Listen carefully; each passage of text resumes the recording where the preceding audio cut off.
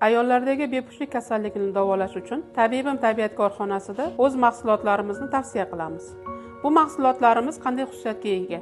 Большая семья urug' foizlarini o'ziga qabul qilib, urug'lantirish xususiyatiga ega.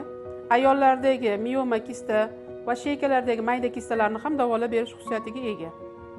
Femafid dorimiz bu follikulalarni yetiltirib beradi va urug'ni o'ziga tez tortib olish xususiyatiga ega.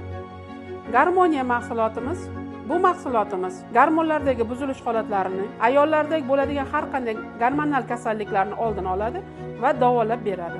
Yodafit va balans yod mahsulotimiz ayollardagi endokrin sistemasida bo'ladigan kasalliklarni oldini oladi va davolab beradi.